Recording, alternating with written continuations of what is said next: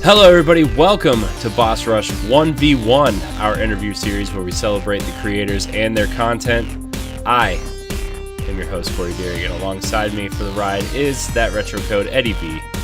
Hello, one and all. And our special guest this week on 1v1 is from Diggity Podcast. You love it, you listen to it, the luscious Brody Fultz. I love that you carry over the luscious Brody thing. I have to. It's fantastic. I have to, you know. Yeah, it's a signature thing now. You know, you gotta. It's like Ed. Like he's that retro code. He's been that retro code for 5 years now. So. Yeah. For better or worse, it follows me wherever I go now. So it sticks. It's done. it's done. Pretty much. Man. So. Brody, you are from Diggity Podcast. You've been gracious enough to have me on your show a couple times. You've been on our show. So why don't you, before we get started, why don't you remind everybody what Diggity is if they aren't listening to it? So Diggity is, it used to be twice a week we would go through gaming news, and we ended up cutting that down to once a week now. But we go through all the gaming news, and we try to cover as much as we possibly can, obviously. With keeping things to a certain amount of time, we still have to kind of cut things here and there. But it's part video game news, part comedy, part nonsense, all at the same time. But so we have a blast doing it. So pretty much entertainment. Yeah. We try to make it entertaining. You know, we want to go through, keep people informed, but also make it, you know, fun and not just reading off news and just off the wall. I mean, my co-host Jeff, he's potentially a nut job. I'm not sure, but and we're both not okay in the head, and I think it makes it entertaining. I mean,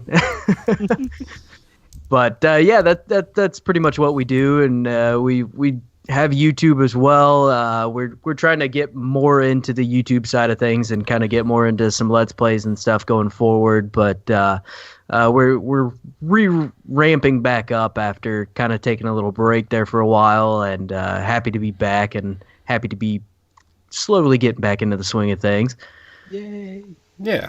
I told you when you had me on the last time, I miss you guys. I'm glad you guys are back. It's because I think, you know, not that we don't have great guests, but like I feel like when we podcast together, it's there's a vibe there, you know. There's a good one. So absolutely, yeah. I always have a blast doing shows with you guys, and again, I can't thank you enough for coming on and filling in with me there for a little bit, and it's always fun doing shows with you guys for sure. Yeah. So like I said, 1v1 is our interview series. We're kind of gonna grill you about Diggity and your history of games and stuff. So yeah, you know, everybody starts somewhere. So games. What was your first game you remember playing? What do you remember playing the most when you were young? What was your first console? Give me the lowdown. So the first game I vividly remember playing is probably Mario All-Stars. I think that was probably the one I spent the most time with, but it's kind of weird. Like I grew up in a home that my parents didn't really care for video games, and so I never had a console until I was probably 8 or 9.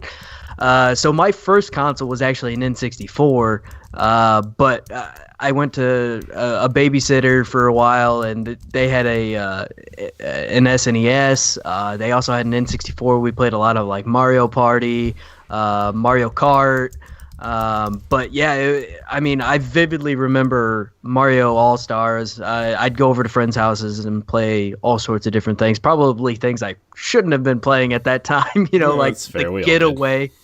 The Getaway. I don't know if you remember that. Like that for PlayStation 2. Yeah. Were you supposed to have to hug the wall to get energy back? Oh my goodness. Yeah. So it's weird. I had a weird intro into video games. It wasn't normal by any means. I got into playing SNES really, and that's kind of where it all started, and then it evolved from there. Like I said, I got my own N64 and vividly remember playing Majora's Mask, which is still my favorite game of all time to this day. And that's probably my biggest childhood memory is playing through like Ocarina of Time and Majora's Mask, and then I ended up getting a GameCube at some point and playing a lot of Melee. But like I said, I got a pretty late start to video games, which is odd for me to be in the position I'm in now and doing a podcast about video games when it's like, for a good portion of my life, it wasn't a part of my life, Mm-hmm. But yeah, it's different, but like I said, maybe that fueled the fire a little bit more. Yeah. Who knows? Well, that just shows that there's a lot of hidden treasure out there now that you can find if you ever get a chance. Yes, play Super Mario All Stars. I had to think. I'm like, that was the collection pack. I'm like, you played the Lost levels? Did you beat it? Like, did you beat the Lost levels? Probably not. Nobody's ever beaten the Lost levels. Fun fact. I've beaten it. No, you haven't. Don't lie. Yes, I have. Fun fact: the Lost levels only has like 3 levels in it, but you never know that because you can't get past the first one. So. It has 32 levels. I beat that whole game. I beat it on All Stars. You forget on how good I am at video games. Ed, where's Mario? Where's that game genie? Where you hiding that game genie? I didn't. I played that game from level 1 to level 8-4. I want to see that. We're gonna do that for a retro game show. We're gonna find that. It's literally on Nintendo Online, and I cannot wait to show you. Yeah, it's on the NES. On there? Yeah, it's on NES Online. Interesting. And I will show you my skills. Oh yeah. Yeah, I remember when my dad brought home an Atari 2600 and like 5 games, and we would sit on the floor on his bedroom floor and just play. We would play Kaboom was my first video game. So oh wow, yeah, that was okay. That was a good time. I don't think my dad ever let me play. I just remember watching. But I mean he let me play, but I wasn't any good at it. So it was like Kaboom, Combat, probably the really crappy version of Pac-Man. See, it's weird for me because I had NES, I had Atari 2600/7200, I had Sega Master System, and I had the arcade. At like 5 years old, I have various games to play, and I think I jumped around playing Mario Brothers to Double Dragon on Sega Master System and Black Belt to Pac-Man and Miss Pac-Man and Pac-Man Jr. and Combat, and there was a White Castle game for Atari that I used to play, and then whatever random thing they had at the arcade, like Kid Nick Guy or Tetris or something like that. Like, I jumped as a kid. Yeah, and after I got to thinking about it a little bit more, there was a game I remember prior to finally having an N64 that I owned, and it was a Hot Wheels game for PC. I don't remember what it was, but it was a Hot Wheels game for PC. I remember sitting there and you steered with, the arrows and stuff like that. And it was real messed up. And they ended up making another one, a second one. And I remember playing that as well. But that would have been probably the first video game I had. But as far as consoles go, yeah, it was an N64. I was like 8 or 9, and it was weird because the N64 was old at the time, right? And so I got it from a neighbor, actually. The neighbor sold it to me. My dad bought it for me. My parents had split up for a short period of time, so my dad's like, "Oh yeah, I'll get him an N64." Well, my mom got me a GameCube at the time, so it was like, well, I mean, I like both, but one is old at this point, but I mean, like I said, N64 games are still some of my favorite games. Some of the games I have some of the fondest memories with. It's one of the systems that historically has changed gaming in general. Like, oh, absolutely. Like I don't think there's any other system.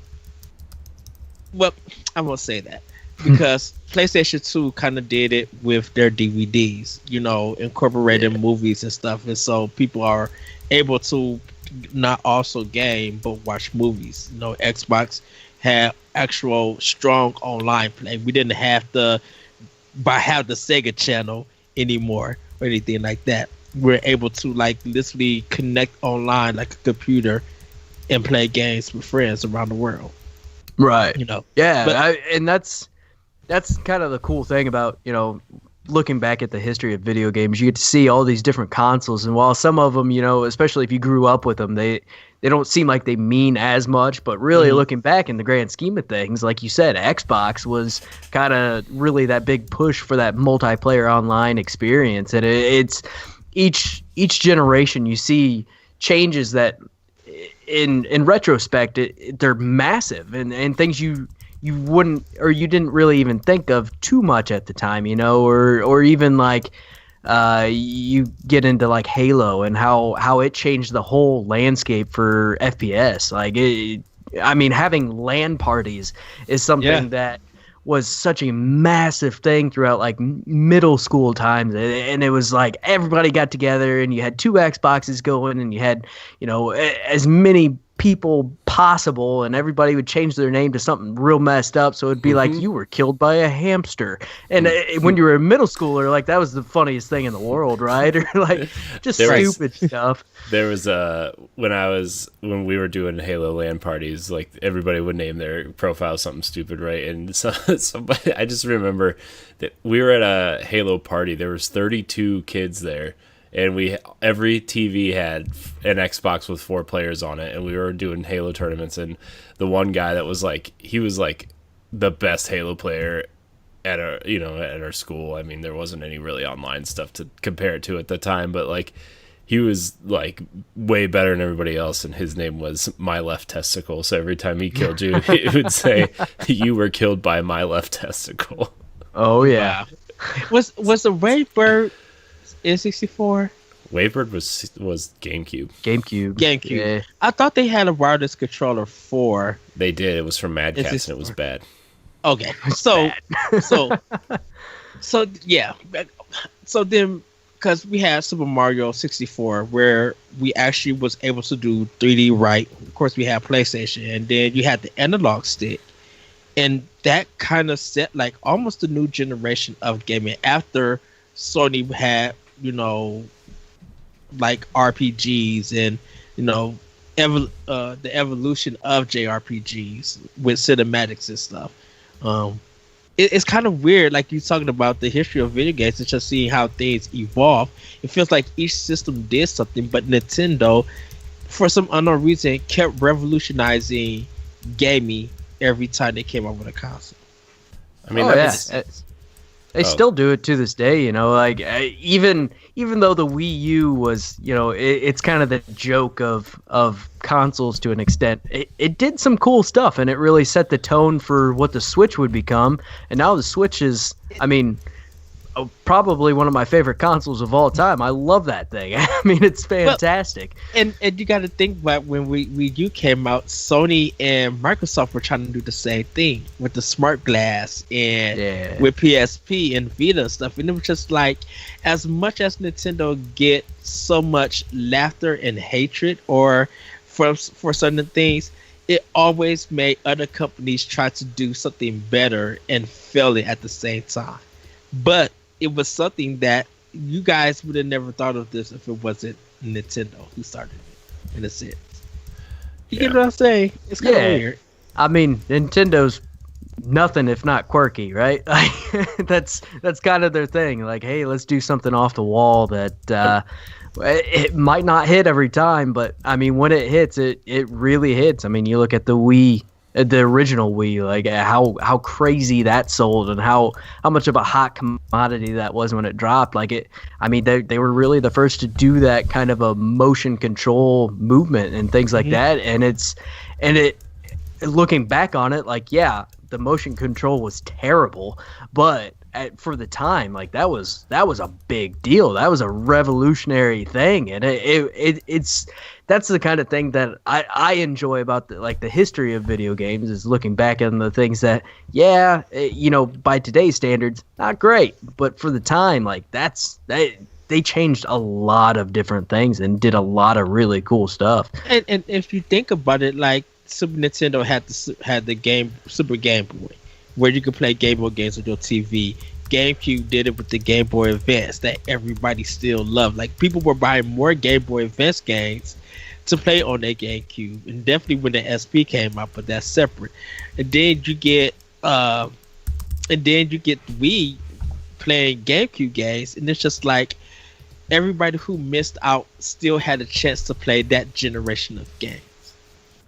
Oh yeah, in a sense, and that's kind of how backwards compatibility, even though that started with, I think, that kind of started out with the Game Boy Advance, how you used to still be able to play Game Boy games.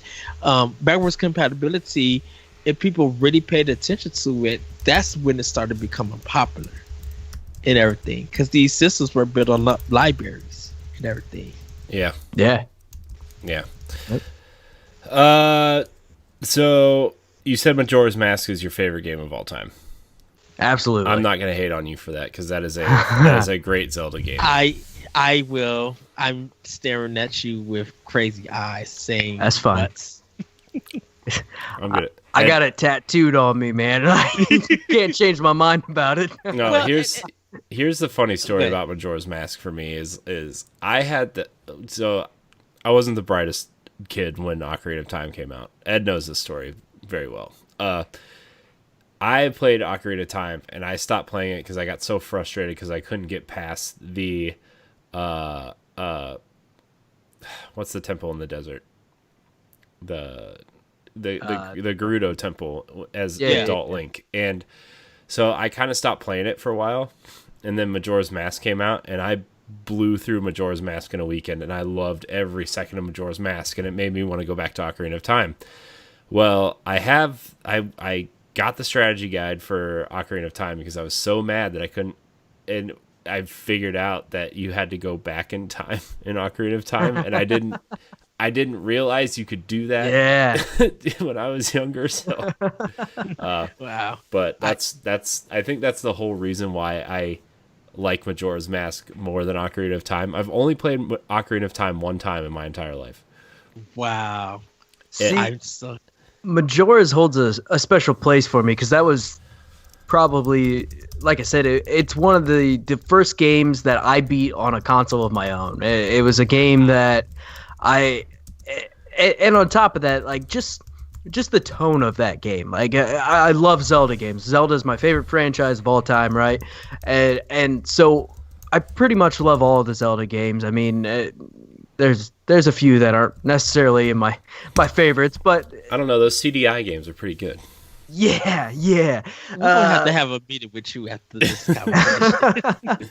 But Majora's Mask, like I always loved the idea of the masks, and I always loved Skull Kid as this. He's kind of a villain, but also not really at the same time. Like, and it had these dark tones to the series that hasn't really been done a whole lot. Like, they kind of did a little bit of it in like Twilight Princess, and it kind of seems like the next Breath of the Wild's going to go in that realm, but maybe not. We don't entirely know, right? But that, for whatever reason, that game really, really just struck this certain note within me, and ever since I played it and beat it for the first time, it's always held this top spot, regardless of whether it is the best Zelda game. I would argue it's not even, but for me, the story and everything that it does and all of the missions and like how you could still beat the game without necessarily doing everything. Like there's some little things here and there, and like it was just such a cool thing that they did, and the story behind it and how like it was created in such a short period of time because they were given just such a short period of time to actually do it because they didn't want to create a sequel to Ocarina of Time. And they're like, well, we'll give you this long. And if you can do it in this time period, like, yeah, you can do it. Well, sure enough, they did it. And I personally, like, I think it has some of the coolest mechanics, like you only have 3 days and you have to go back. And that's literally what ruined this whole game for me. When I read that, I think I threw my EGM down and said no. Yeah. Because as a kid and a fan of the Zelda games, I want to take my time to adventure everything.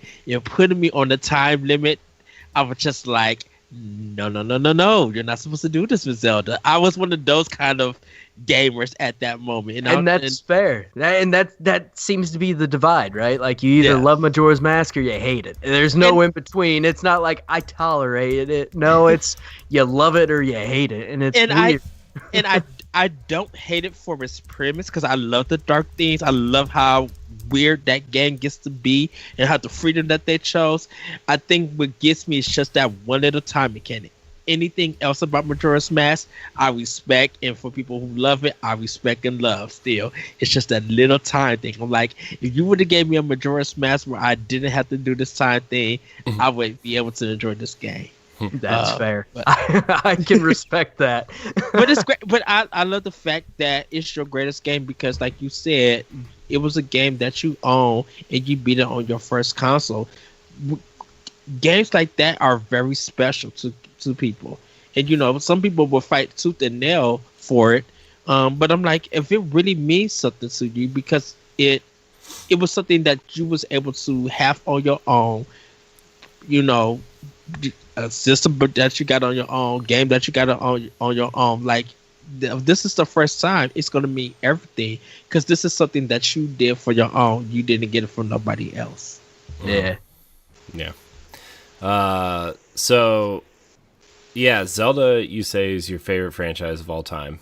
I mean, is that just because of Majora's Mask specifically, or obviously that's where you fell in love with the franchise, clearly, but is there, because like people's favorite game of all time doesn't necessarily equate to their favorite franchise of all time, right?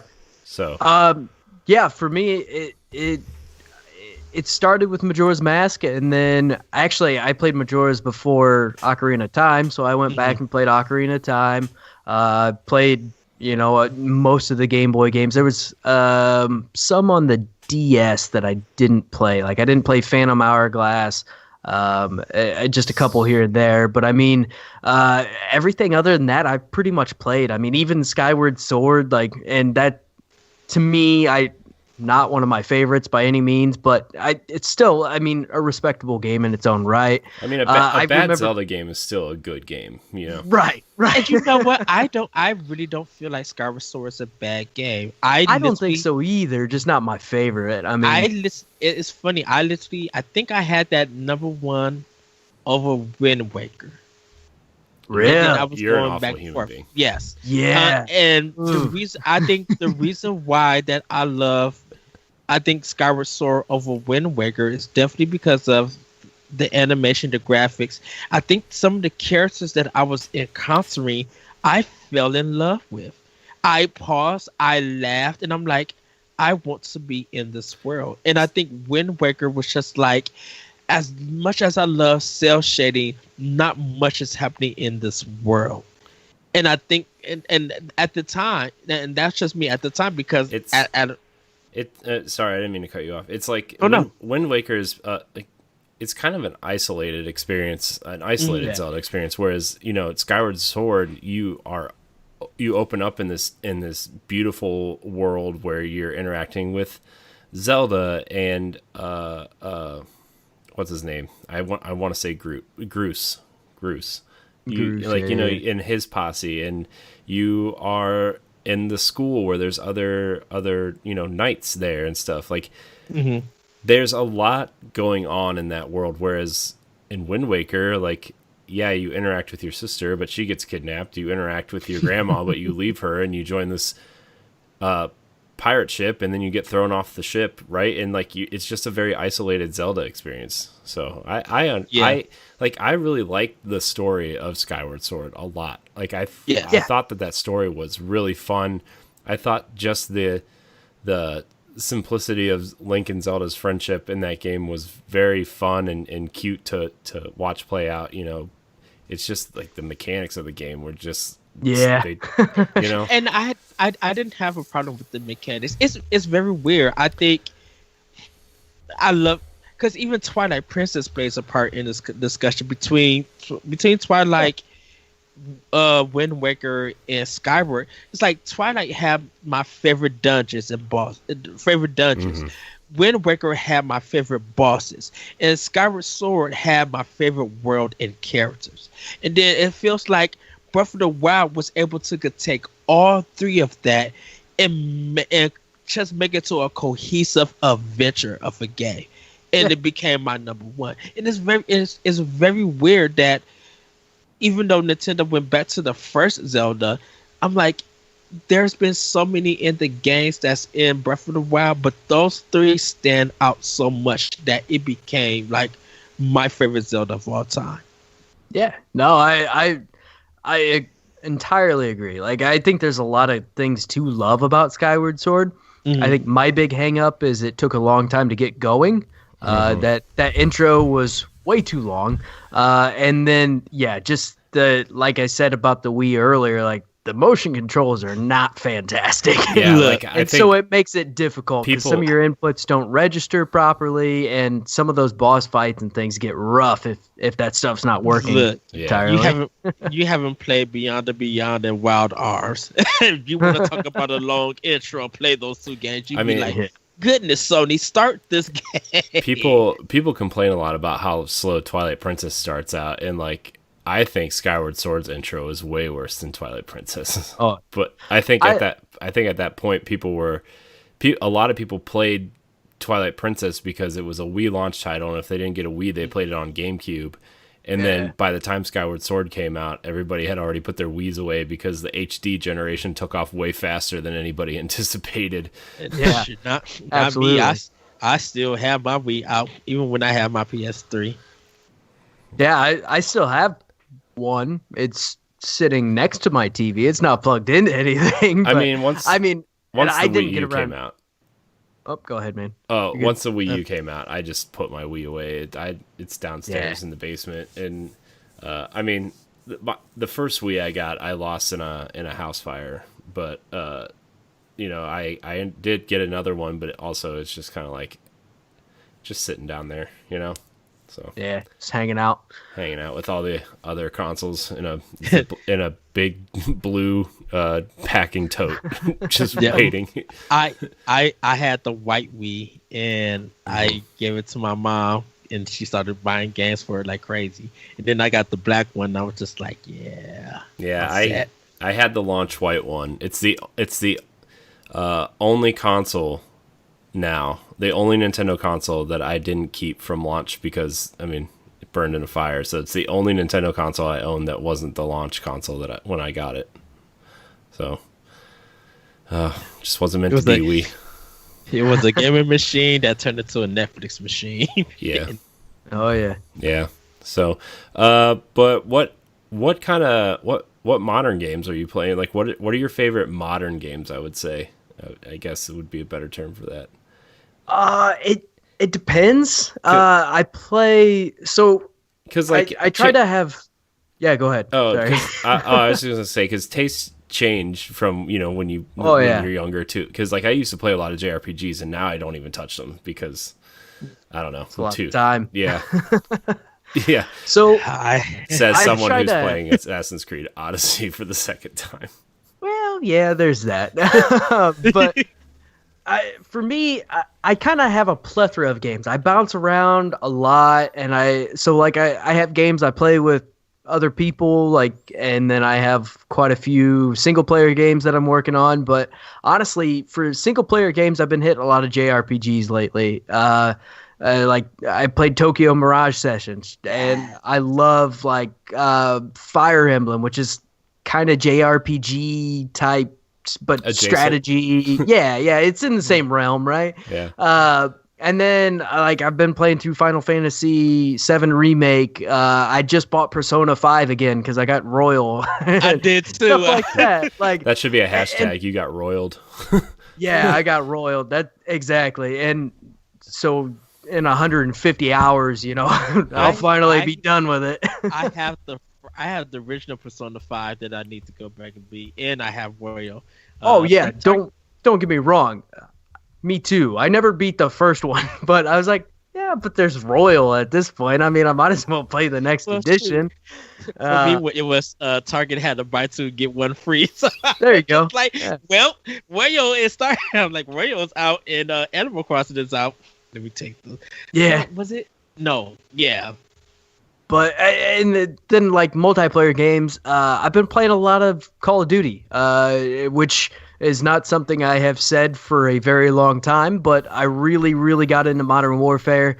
I still enjoy playing it. That's kind of the group game that we play. We have a group of guys that kind of usually plays on the weekends and stuff, and that's the game of choice right now. We even got into playing Gang Beasts lately. That's been one of those weird games that we're like, hey, why not? And that's always a blast. It's just kind of a fun indie type game, where you just beat the crap out of each other and throw each other in front of trains. It's just a goofy game, but it's fun. But yeah, I mean, it's essentially boils down to I play a lot of JRPGs for my single player stuff, and multiplayer really just varies from whatever's out and catches everybody's attention, But open world games lose me. I love so many things about a lot of open world games, like Assassin's Creed Odyssey.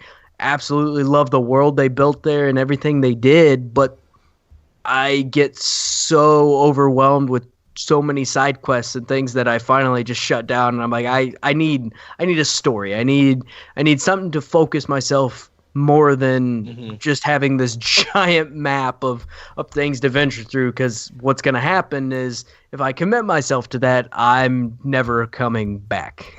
No, I get it. I've been playing because I had a save on PlayStation 4, and now I've actually been I've been replaying the series on Xbox One because in theory, I want to do some sort of video on Assassin's Creed before Valhalla comes out. Will it happen?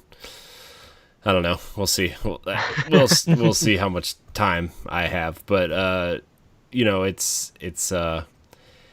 I can't believe how much that series has shifted from this 10-hour stealth experience to this 120-hour RPG.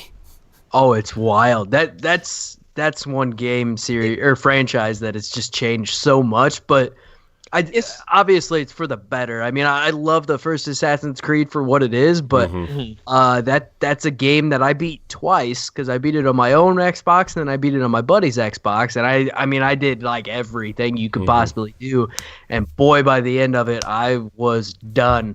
It was just you can only sit on the same stuff. You can only sit on so many benches and eavesdrop. Right.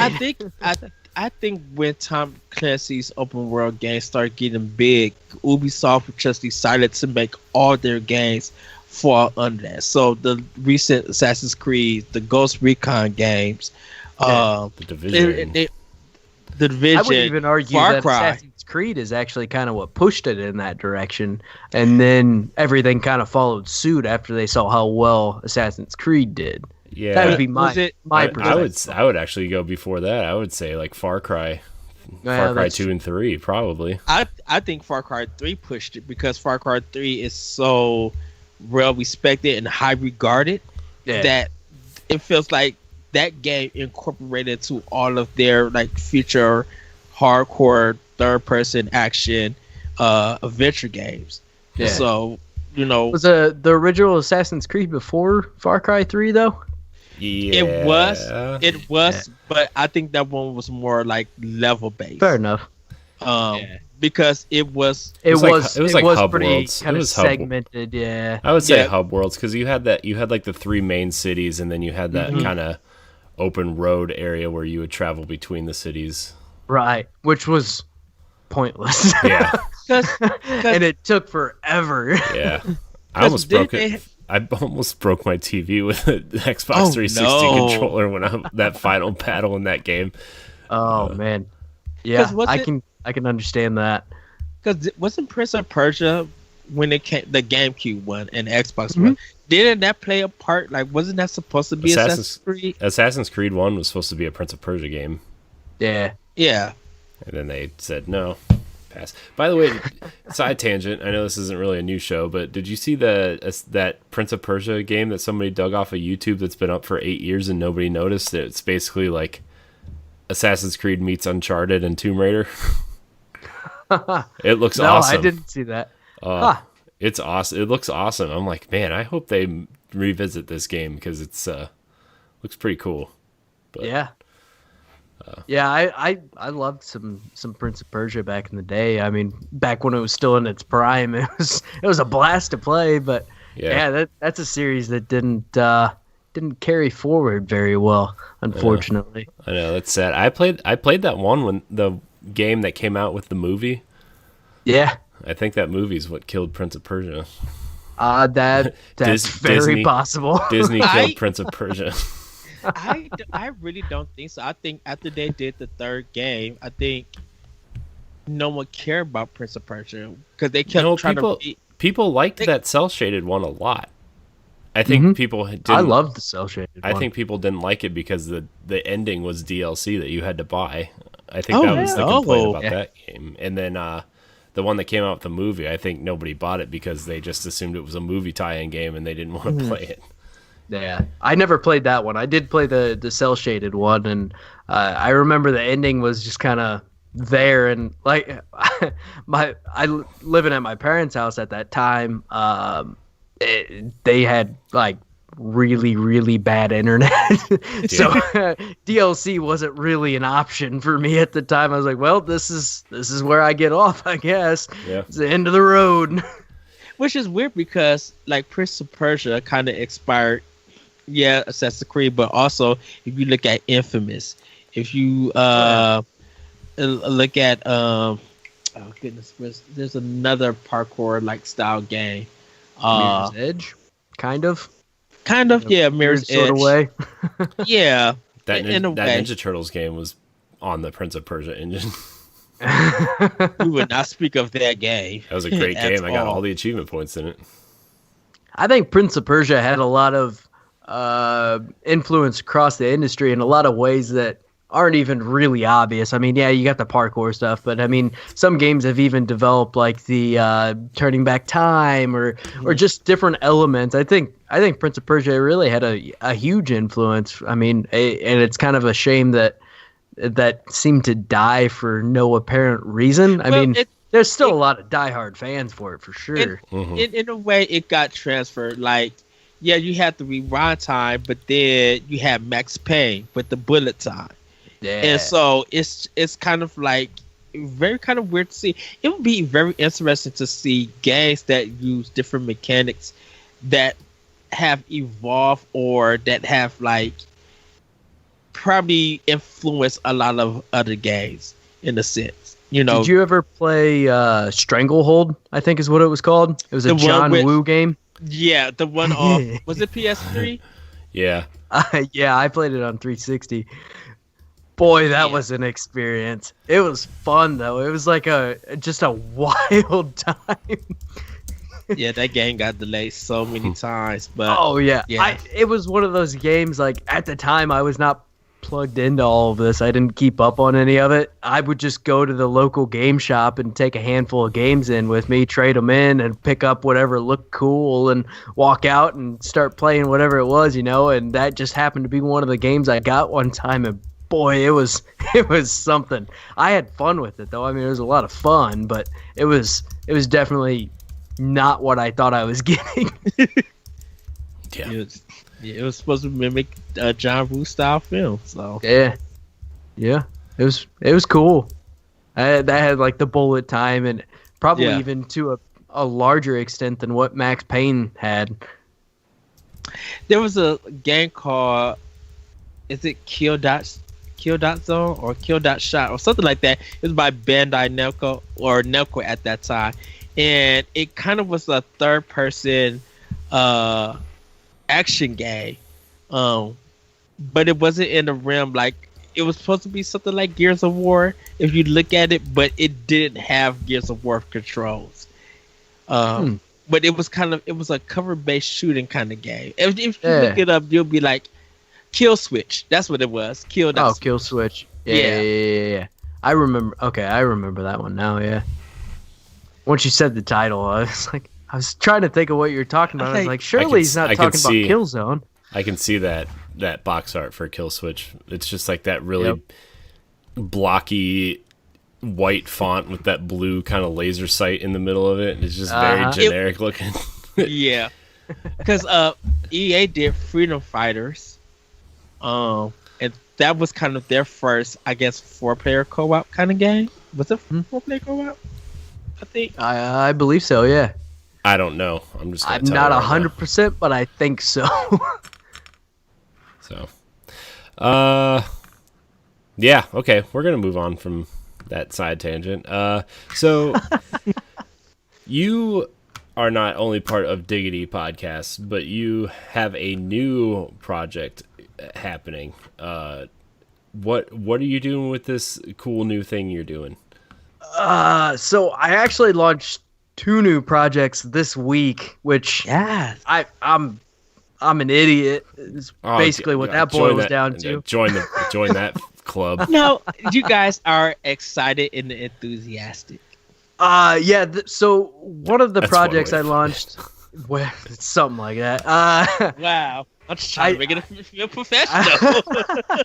I launched so my son has gotten very obsessed with YouTubers and things like that. So I actually launched a YouTube channel with my son, and we've done some videos with both of my sons now, and that was just kind of a fun little project, something we did on the side. I mean, I don't ever expect that to necessarily get into anything, but it's something he wanted to do, and it's something, the kids recently have been so obsessed with YouTubers, and he knows I do the podcast, and he knows I'm on YouTube and this and that, so he's always wanted to be on the podcast. And our podcast isn't necessarily like super you just slap that E on your podcast when you publish it. Yeah, it's not exactly E.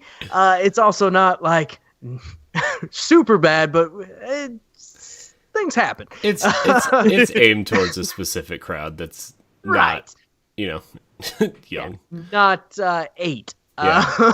Wow. So we did a family friendly YouTube channel. It's called B-Rex Gaming.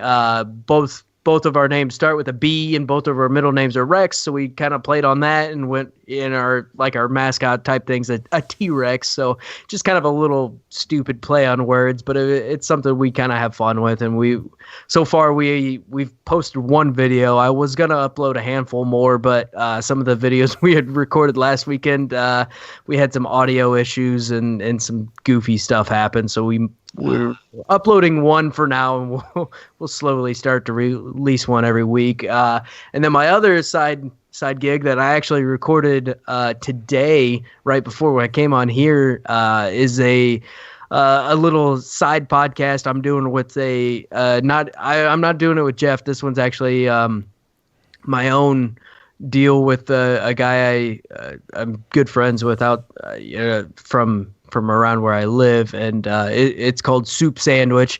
It's just kind of a random podcast. It's kind of one of those things we get to just kind of hang out and talk and share with the internet all of the stupid stuff we've done over the course of our lives. Just random things like that, sit down, have a drink, and just kind of talk about it. And like I said, this was our first episode, and so that's kind of something that's I've wanted to do for a long time, and this is kind of the way it all shook down, and so I'm excited about that as well. But I mean, at the end of the day, Diggity is still kind of my main focus, and the other stuff's just a sidebar. But it's fun. I'm sure Corey understands about getting into a lot of projects and suddenly being like, oh, I have something every day this week. Yeah. I'm sure you do too, Ed. I mean, yeah. I was feeling that on Monday. We usually record Nintendo Power Block on Thursday nights, and we recorded on Monday this week, and we also are prepping our third season of Indie Masterclass, which is where we like a 15 to 20 minute Let's Play show where we, kind of just play through some of our favorite indie games that are available right now. And we got into Shovel Knight King of Cards, and I was so tired that I kept trying to do this one jump that was nearly impossible. And I finally did it, and I found out that it just led to a secret, and it didn't even advance the level at all. And I think we're going to have to redo that one, Ed. I'm not going to lie to you. But, maybe we'll add that section of the show to the end for bloopers or something. But Yeah. we have plans on doing more stuff, but it's just kind of like we wrote down a list of all of our shows. I think we had, I don't know how many. What did we have, like 26 things we were working on at one point? Yeah. I have 3, and I'm like, man, 3? I'm way too busy. Yeah. 3. 3 is just 3 is easy. Yeah. Well, no. the thing is, compared to 26, Yeah. real easy. I mean, the projects that we have, though, like there's only 4 things that are weekly right now. So, we started doing the seasonal model because it kind of works well with everybody's schedule, and we can plan ahead of time. And a lot of the things we do are just once a month. Like video game book club, or this show is now going to be once a month instead of every other week, and so it's just it works.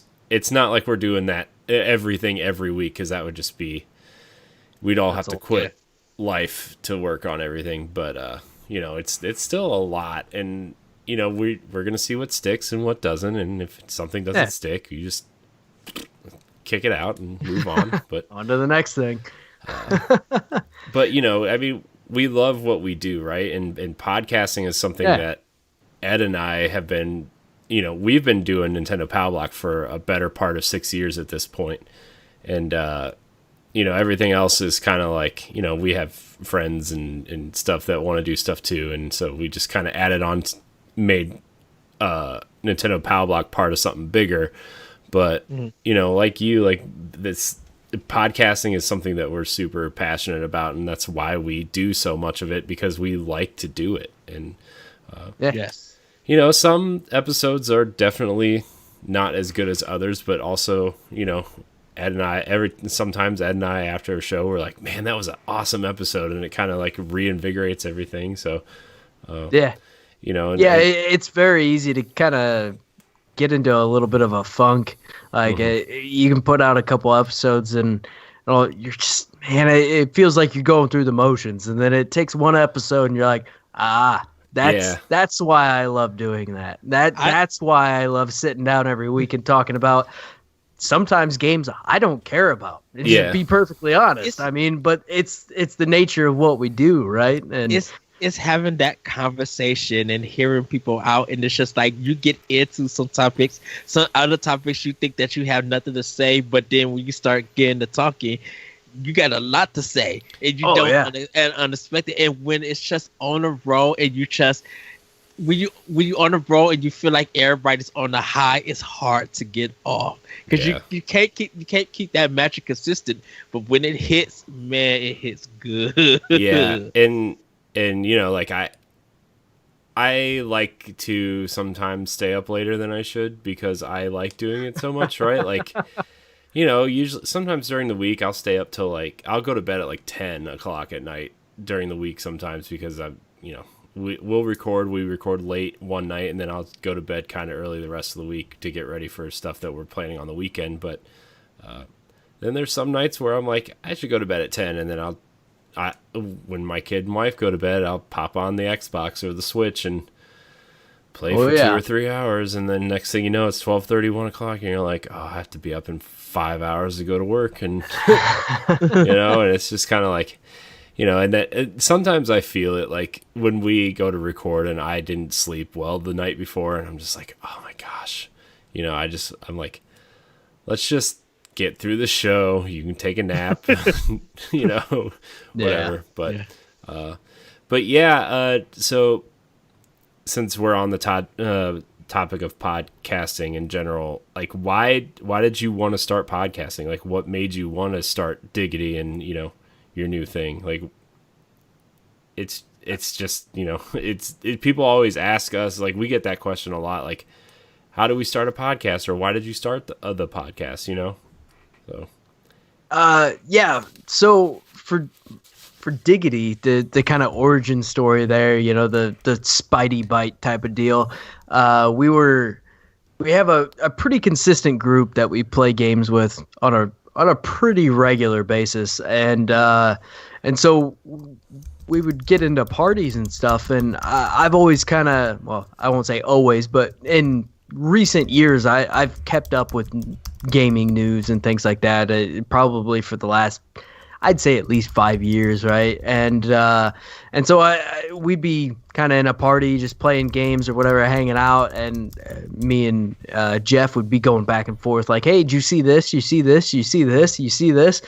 And our other buddy, if you've ever listened, which I know you guys have listened to the show, but like for people that may not know, like we have a buddy who we call him Lawyer Craig, and so we bash on him all the time. If you ever listen to us, we bash on him constantly. But anyway, he's the one that kind of gave us the idea. Little bit of love, little bit of bashing, it's fine.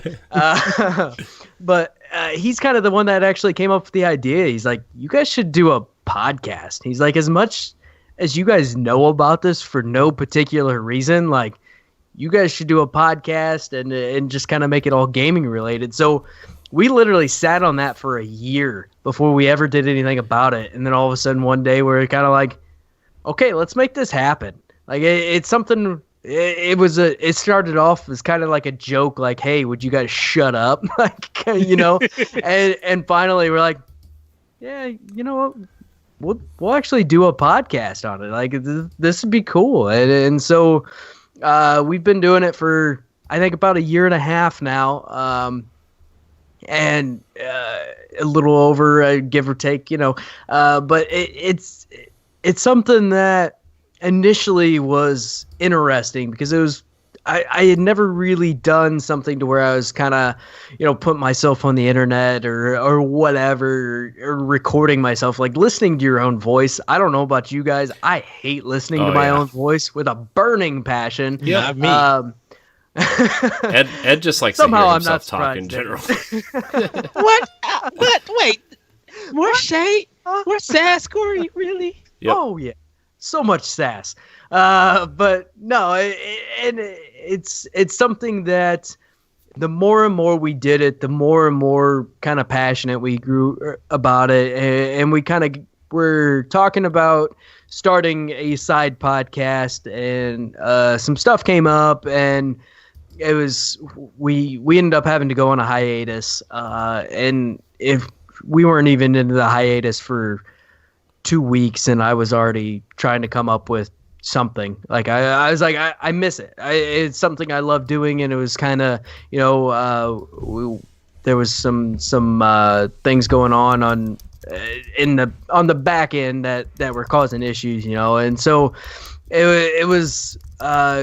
Jeff had some family things he needed to take care of, and so we, like I said, we took the hiatus, and I was ready to come back, and so.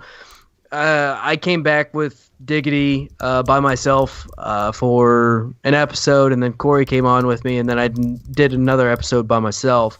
And kind of in the background, I had been me and Jeff had been actually talking about doing a side show that was just kind of like a random show, and so that kind of evolved, and I had been talking to some buddies, and then that's just all of a sudden, next thing I know, I have another podcast that I'm gonna do, and it's just this random kind of have fun, talk about whatever type of podcast, and that's how Soup Sandwich kind of evolved and kind of took form, and so yeah, it's not a great origin story, but it's an origin story, I suppose. Like, I think Diggity's is ours. A little bit more interesting. Ours is, as far as Soup Sandwich goes, it's kind of like quarantine and other family issues that led to having to go on hiatus led to Soup Sandwich, which, I mean, it works and it's fine and it's cool and I'm excited it's around, but yeah, it's not exactly the most uplifting of stories, you know? Yeah, I mean, basically Ed and I were in a Nintendo Facebook group at one point, and like we were in a comment thread, and I was just like, "You want to do a podcast?" He's like, "Yep." Here we are. Yes.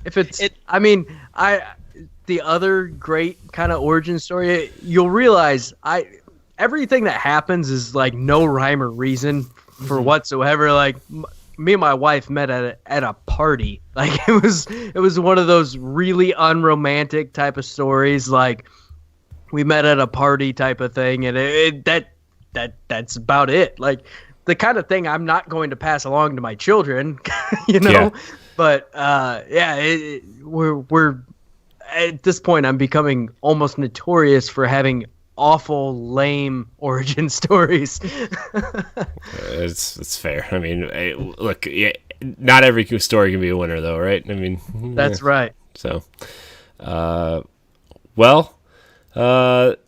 we are approaching that hour mark, but you know, I wanted to get you on this show in particular is something that, you know, Ed and I are particularly kind of proud of pushing and stuff, and you know, we love having you on our shows here, and hopefully we can get you on more at some point, you know, not to take away from your 3 projects or anything, but no, absolutely. I'm looking to get up to, you know, 26, maybe 27. You know, I mean, we can give you some of our stuff if you want.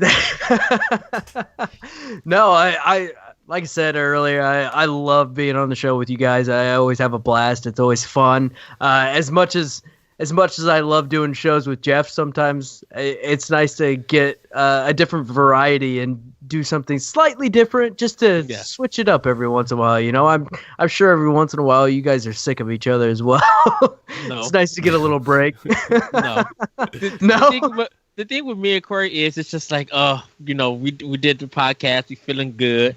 I'll see you in the chat, and we would literally be in the chat trying to update each other. We got news, or just checking up on each other. Today, like when I messaged you yesterday about this, you know, you were like, is 9 or 9:30 good? I'm like, yeah, that's fine. And like, you know, I was getting stuff ready because like I've kind of self-quarantined myself during this coronavirus. Like I sleep in a different room from my wife and away from my kid and stuff, just because I'm still working, you know.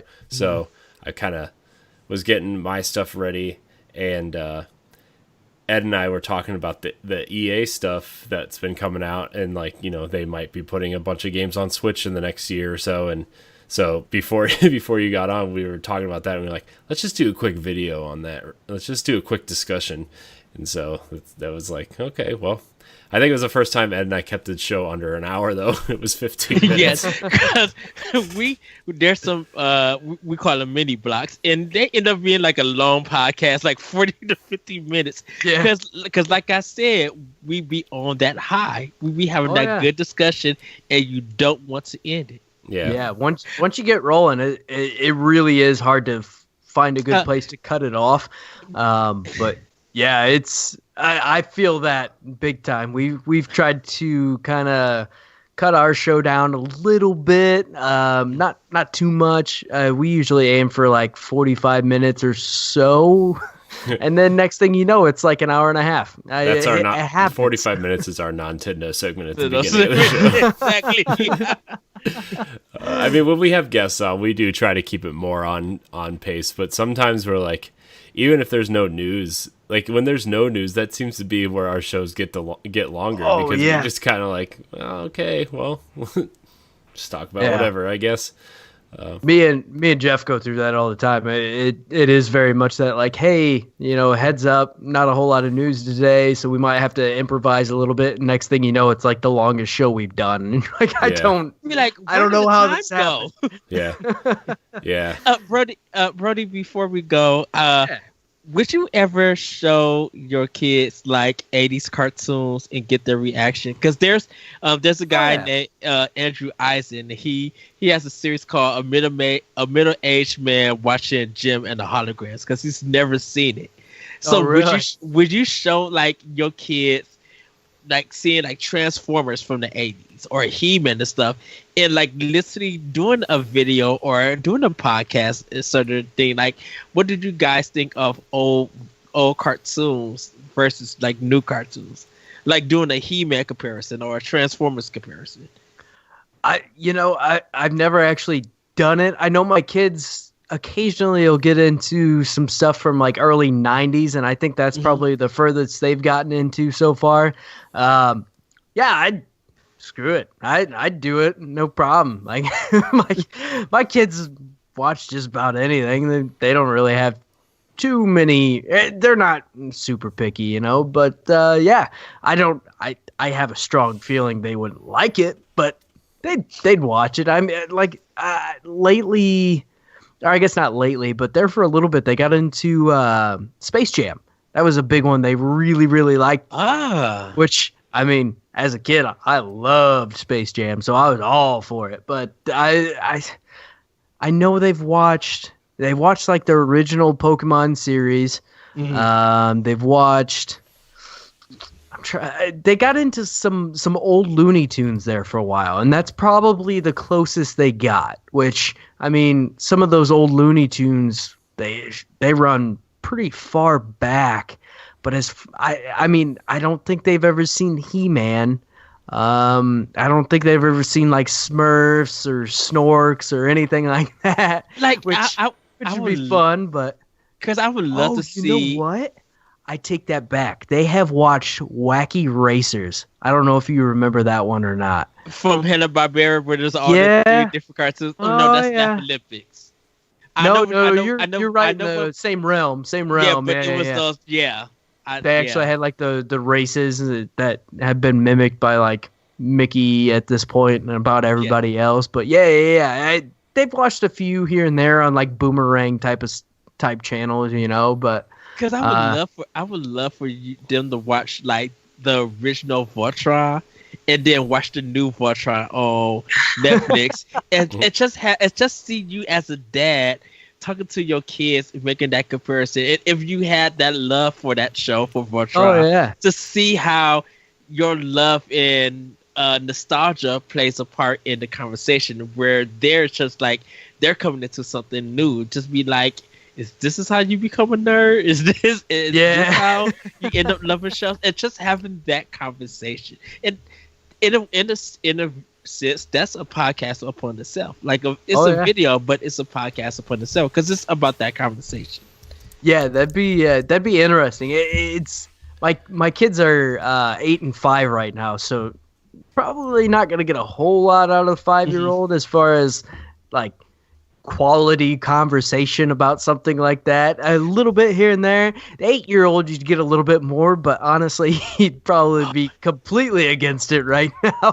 Show the 5-year-olds Muppet Babies and see. yeah but next thing I know, I'm getting called old by my kids, which is great. I'm too young to be old. That's some bull crap right there. That is true. My kid's really into Tom and Jerry right now. Nice. It's cool. Yes. Yeah. So that's kind of where we're at. She also watches this weird Netflix show called Masha and the Bear, and it's about this little girl that makes trouble and this bear is like this giant brown bear that lives in the woods and takes care of her and fixes all the mistakes and fixes all of the things that she causes trouble with. So it's kind of funny, but I mean, that's not an old show. It's a pretty new show actually, but she does like Tom and Jerry though. It's kind of fun to watch because I haven't watched Tom and Jerry since I was a kid. So we're sitting there watching it, laughing and stuff, and my wife's just kind of looking at us like, which one of you's the 2-year-old? Well, I can't give no cartoon recommendations because I've been wanting to go back to watch this show called Carol and Tuesday. This is by Watanabe, Shinichi Watanabe, who did Cowboy Bebop. He made animated show for Netflix where it's two girls. They come from different parts of the world and they make music. And each episode has music, and it's such a good show. I was just like, I don't think a lot of people are going to watch this show, but it literally is so good. It's something different for Watanabe because he's an animator who loves doing shows about music and stuff. And this one, it's just like, it has so many different styles. It's just piano and guitar, and it's just like you hear it and you hear the songs and be like, I would buy this soundtrack because it's so good. I'll have to check that out. Yeah, it's 26 episodes. It's 30 minutes. So it may take you like 4 to 5 hours to watch it all through. Like both seasons are up. Well, I think that's going to do it for this episode of 1v1. Brody Fultz from Diggity Podcast, thank you so much for joining us. Thanks for having me, guys. I appreciate it. Really do. You know, as I tell you always, you have an open invite to any of our shows that you want to come on. So why don't you plug away real quick for Diggity and your new stuff, and just let us know where we can find you. You can find Diggity, which again is kind of the main thing I do on Instagram, on Twitter, it's on Facebook, but it's always just Diggity Podcast. On YouTube, you can find us at search for Diggity Gaming. That's actually the easiest way, because if you search for Diggity, you get Blackstreet. No Diggity. You guys are also on our YouTube page on the sidebar where it's where you can feature channels. You guys are there on our YouTube channel too. So if you are struggling, you can go to our YouTube channel and you guys are there as well. There you go. As far as Soup Sandwich, we are on everything, but it's odd because it's kind of like across the different platforms, the different names have been taken. So we have on Instagram, I think it's soup_sandwich. Or you had to play the underscore game. Oh yeah, we had to do it was soup_sandwich_podcast on Instagram. I think it's the Soup Sandwich Podcast on Twitter, and it's all sorts of jacked up. But the first episode isn't out yet. I actually have to edit that yet and get that uploaded. So that's kind of in the pipeline right now. And then for B-Rex, you can find me on YouTube at B-Rex Gaming. You'll see a real cool green T-Rex logo, and that would be it. And like I said, right now we just have one video up, and of course it's Fortnite, because that's what 8-year-olds love, is Fortnite. But yeah, no, I appreciate you guys having me on the show. I love being on the show with you guys, and I definitely would love to be a part whenever you guys need somebody or whatever. So, and we need to get you guys on the show. We need to get Ed on the show as well. We have not had actually Ed on our show yet. It just seems like I end up talking to Corey more, so just kind of the way things shake down sometimes. Indeed, you guys have to come on to Optional Opinion, because I have a lot of good topics to talk about, and you guys will be like,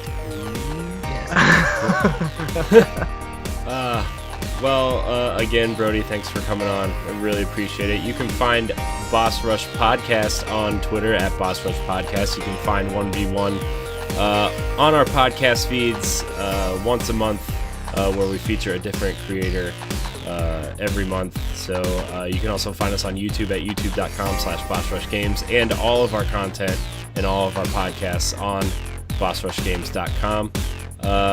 Ed, thanks for sitting in on this one as well. Yeah, thank you guys so much for watching. Remember to play games and be better. We'll see you next time. Bye, guys. Bye, everybody.